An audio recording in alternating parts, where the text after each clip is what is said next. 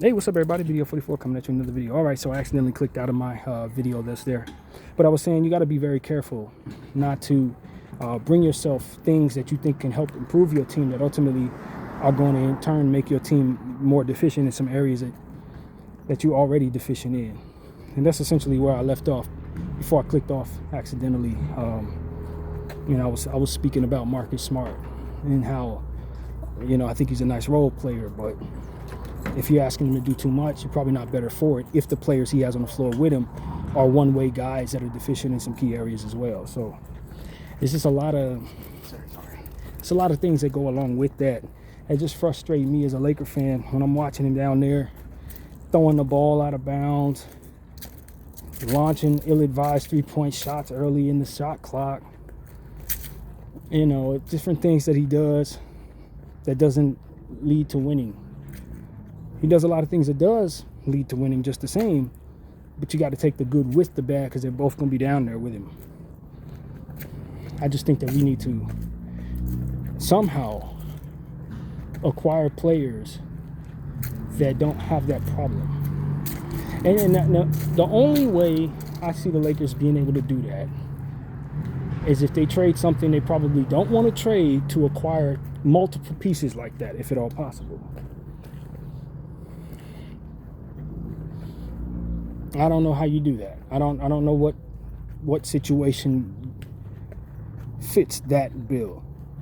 But as long as we're moving in the direction we are with Austin Reeves and Luka Doncic, non-defensive offensive players that don't have athleticism, and LeBron James, who's expected to retire in our uniform for which we can't get nothing for him, if that's the direction we're headed, then I do think it's going to be very difficult for us to find two-way players. I don't really kill Rob Pelinka like a lot of people do, because I do think it's much more difficult to get what you need than maybe people realize. When you're in our position, people know you're in our position. The Laker tax is a real thing. It ain't as simple as, okay, I need two-way talent. Everyone's going to give me these players I need for the trash that I'm providing in trade. That's not, no. Nobody's going to take your garbage and bring you exactly what you need to make you super good so you can win a championship. That's not how the market works. You got to give up something good to get back something good, and you got to make good decisions outside of trade situation that align you with the players that you need to get, so that so that you can have what you need. And I think we made mistakes along the way that put us in this position to where we have such a very difficult team to build around and not enough assets to really build around it. It's a difficult core to build around and not enough assets to build around it. And so, long-term decisions and choices that the Lakers have made have led to this position. And now it's very hard for us to get the stuff that we know we should get in order to make our team the best team we can be. And that, I just think a lot of fans don't really understand that. They just say, make moves, give me what I need, get trash off my team. And then they just sit there with their fingers crossed like it's supposed to just take place because they demand it. No, that's not how the market works. That's not how the NBA works. And nobody cares that you have a problem and need solutions. What are you going to provide? And this is why I say I think the only real solution is the same solution that people are killing Rich Paul for, and that's probably trading Austin. You trade Austin and probably first-round picks for multiple two-way wings and a center. I don't want to do that, but it may be the only viable solution in the short term to get those pieces. And maybe you don't even get those pieces for Austin Reeves and the pick. Maybe that's not enough to get all multitude of people from the Hawks, say Reece Shea, Dyson Daniels, and Asa Newell, and Luke Kennard. Like, you know what I mean? Like, that's kind of what you have to do. You gotta turn something you really like, that other people really like, into the stuff that you need. And if you're not willing to do that, then you're gonna go without the stuff that you need. And as frustrating as that sounds, and it is to say, that's literally the situation. Because you can't do that with Bron, you're not going to do that with Luka. And nobody wants anything else that you have, enough to give you anything that you want in return for it. And so it's like, I don't really know what the Lakers expect to happen here. going forward, I just think we're as good as we are, and it's going to be very difficult for us to get the pieces. Maybe you give up a first-round pick to get DeAndre Hunter, but in that situation, that's not enough. We need a lot more than just DeAndre Hunter. We need a lot more than just Herb Jones. Those are cool pieces, but they're not enough to make you as good as you want to be. And that's the problem with our Los Angeles Lakers. I just don't think we have enough to get what we need so that we can be who we want to be. And so that's really the frustration, man. I just look at our squad and I say, oh, we don't have enough athleticism. Probably not going to be able to get it either. Oh, we don't have enough rim protection. Very difficult to get. You know, I read somewhere someone said that, you know, it was very ill-advised that Rob Pelinka drafted Adou Thiero with the injury history that he has. I don't agree with that, although I understand what that person's sentiment is, and it's sound logic. If a player's hurt and you have a bunch of needs, it's probably not in your best interest to use draft picks to get that player. Problem is, sometimes you have to take a risk like that in order to fulfill pieces that you need. So, for example, if Adou Thiero is healthy, he provides us significant athleticism into the future, a wing that can help with some of our issues, potential replacement for LeBron James if best case scenario he turns into something better than we even expect him to be. He fits a lot of bills for us, and most importantly, beyond all else, he's on a rookie contract with a body that you would think could produce well as an athlete. Somebody who could do a lot of heavy lifting in the future. So while he does have the injury issues he has, he also has the potential to turn into this when you need him to turn into this the most, when LeBron retires. And so when you talk about how you get what you need, sometimes you got to take some risks. Sometimes they work out in the short term, sometimes they don't. But if you're assessing draft picks in such a short-term way of looking at them, then you're definitely doing it the wrong way, because draft picks sometimes can't help you for 2, 3, 4 years. So for those who believe that they don't want to develop players, then I think you should align with the idea that you should be trading picks rather than bringing yourself players of any kind, whether you expect that they're healthy or not. Obviously, you double down on risk when a guy isn't healthy. It's sound logic. But I also think that Adou Thiero was probably the best player within reason in the range, and he fit a lot of needs for us.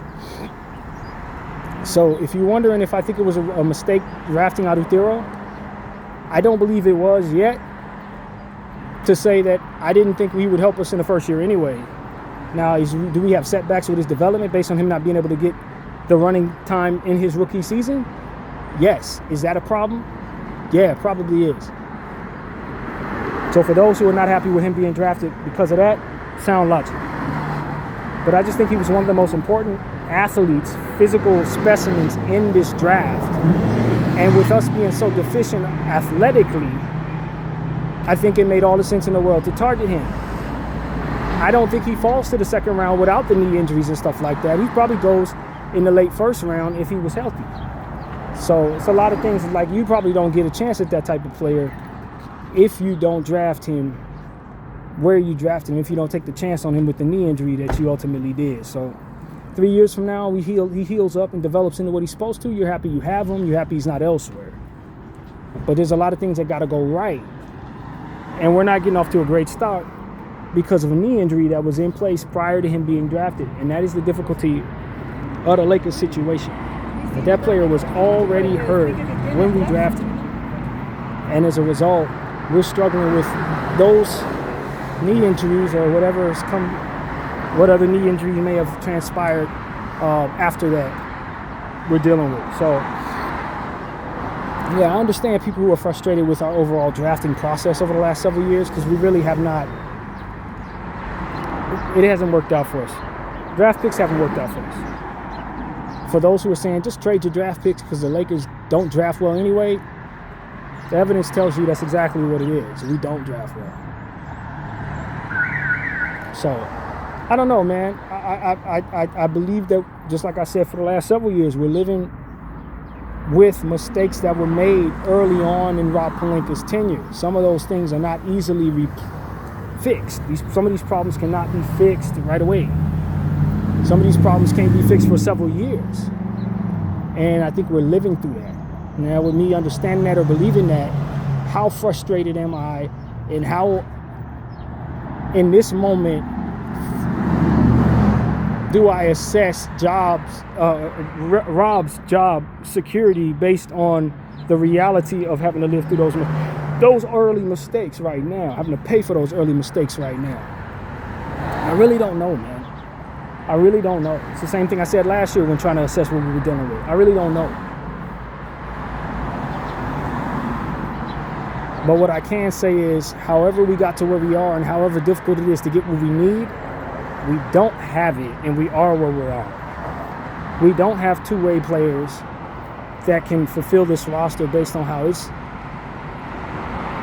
constructed around unathletic offensive guards and a guy who's in his 40s who's about to retire at the power forward spot. For whatever reason, however it looks, we just don't have the right pieces around those guys to get them to be an elite basketball team. And I can sit here all day and say it's hard to get these things, it's hard to get these things, it's hard to get these things. And that may be the reality even. But at some point in time, you look at what you have and you just say, damn it, this ain't enough. And you look at what it takes to get what you need and say, damn it, I don't have it. And that's kind of where we're at. That's kind of where we've been.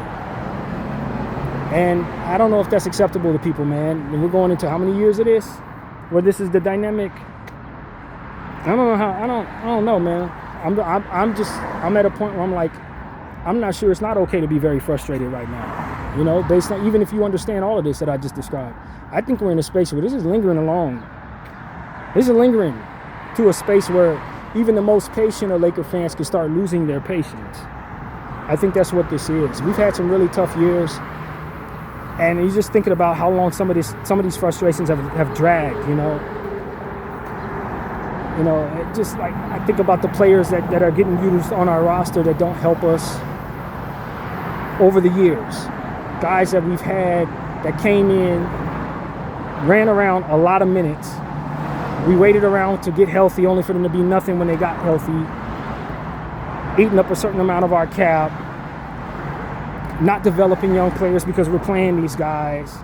It's a dynamic that continues to be a problem for the Lakers no matter what era we're in. You know what I mean? Kendrick Nunn, Russell Westbrook, you know, Taurean Prince. What's the guy's name that we have now, man? Gabe Vincent. It gets to a point where it's like, damn, how long do you want Laker fans to deal with this stuff? How many years of this do we have to keep going? You know, like, how many years of this? Were we giving our mid-level exception to some unathletic guard from Miami that can't shoot, can't defend, that don't make nobody better? It's like at some point in time, I got to look at the person who's making these decisions to keep bringing me these guys and say, man, you're not making the right choices. My mid-level exception keeps going to crap, bro. You keep bringing me the same layup merchants that can't do nothing. You know, as TTLF said last night, I was cracking up. He said point guards that don't score a point and can't guard. I thought that was an excellent soundbite from him, man. But it's true. These dudes don't have no strengths. And we keep finding these guys, man. Jalen Hood-Schifino, same archetype of player, although he could assist. But like, he's a layup merchant who ended up with a back injury, who ended up not developing. I don't know where he at. Last I checked, he was in Philly. I don't even think he's there no more. Like, it just gets to a point where it's like, man, and it's not the first time I said this, but I think Rob Pelinka's taste in players, his choices and the archetypes, I don't share his archetype vision. I just would take on a whole different type of player if I had the choice. You know what I mean? And maybe it's hard to get the player that I would choose. Maybe it's easier to get these layup merchant, you know, undersized guards that don't defend and don't play point and don't shoot very well. Maybe it's easy to get them dudes. But they're easy to get because nobody should want them. That's literally what it comes down to. And so after last night's game, I think it's going to be very difficult. And this is short-term valuations for sure. But I think it's very difficult to get anybody to look at Gabe Vincent and say he's anything more than an expiring contract. You know, he's coming off an 0-7 performance. Earlier in the day, I made a video saying I wouldn't give up Dalton Knecht in a trade for Jonathan Kuminga. I'd just give them 2 expiring contracts in Gabe Vincent and Maxi Kleber. If I'm Golden State and I saw that performance from Gabe Vincent, I absolutely am cool on that. I'm not doing that, bro. I'd rather hold on to Jonathan Kuminga and just play it out than to bring Gabe Vincent to my team, dude. That's how bad he's looked at times in this season. That's how bad he looked the last time we saw him on the floor, based on when I'm recording this video. And so for me, I'm just like, man, you gave this guy $11 million a year. You gave the mid-level exception, 3 years guaranteed, player option or something like that at the end of the 3rd year. Like,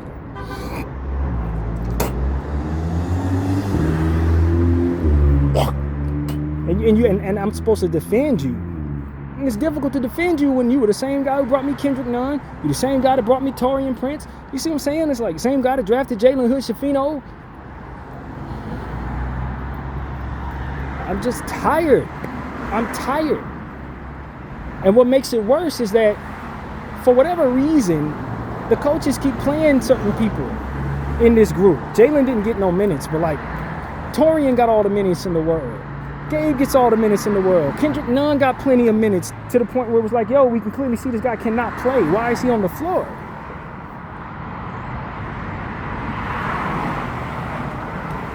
I'm tired, y'all. I was listening to Jovan Buha this morning. He was essentially saying he would play Gabe Vincent over Nick Smith. I vehemently disagree. There's nothing from Gabe Vincent that makes me think he's had a better season than Nick Smith. Nick Smith had 2 good games that I can recall. I can't recall any really good Gabe Vincent games. There's no way I actually think that makes any sense, bro. No way. No way. I would play Nick Smith on a bad night before I play Gabe Vincent on a regular night, bro. I ain't even kidding. I vehemently disagree with that statement. It's at a point where I'm just like, yo, if it were up to me, we would just waive Gabe. I wouldn't even try to. I wouldn't do nothing. I'd send him home, bro. It's addition by subtraction at this point with that guy. I got 3 guards now, young guards that I want to play. He's eating up their minutes. I got guys that I want to bring off the G League that can probably help my situation. I have a need for center. He's eating up a roster spot. You feel me? Like, that's where I'm at with Gabe Vincent. He needs to go just off the strength of the fact that I can replace him with somebody I'd rather play without even making a trade. You know, I can bring Kobe Buffkin up on a 2-way. I can give Nick Smith a roster spot. I can call Chris Mannion up on a roster spot. You know, like, there's a lot of things I can do with a roster spot. I do not need to give this player a roster spot anymore. And if he's an expiring contract that we love so much and the money's coming off the books, I respect that could be something we really want. Send him home. Send him home, bro. That's what I'm saying to y'all. Just send him home, bro. Thank you for your services. We do not need you anymore. Chris Paul, this man. That's what we need to do. And give those minutes to players who can effectively not irritate us every time they step on the basketball floor. And the Laker fans were booing this man last night because he was missing wide open shots. It's like we're all tired of this, bro. No, we're all tired of this. I don't think there's a Laker fan that watches this team consistently that isn't tired of Gabe Vincent and his minutes. That wasn't tired of Taurean Prince and his minutes. That wasn't tired of Kendrick Nunn and his minutes, bro. Every year we got somebody that lingers for multiple years that the coach just will not sit down. That does not help the team at all. If anything, that person hurts the team each and every time. That dynamic, man. I just want that dynamic to end, bro. You know, it's part of being a Laker fan during Rob Pelinka's tenure, and we're tired of it, man. So tired of it. BDO 44. I thank y'all for watching. I'm out.